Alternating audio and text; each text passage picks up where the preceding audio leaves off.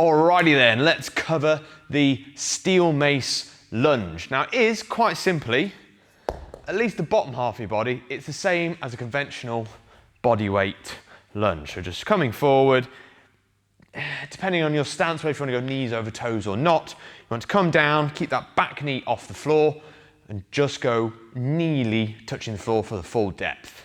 Now how does a mace make that different? Well, one, it adds a bit more instability. So this time, the weight's going to be loaded to one side or the other.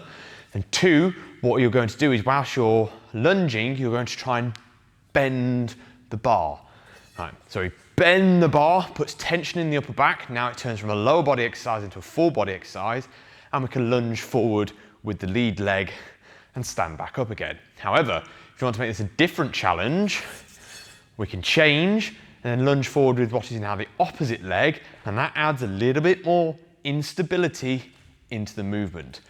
So you can dial in your instability and also bring the upper back into it to turn this leg movement into a nearly full body exercise.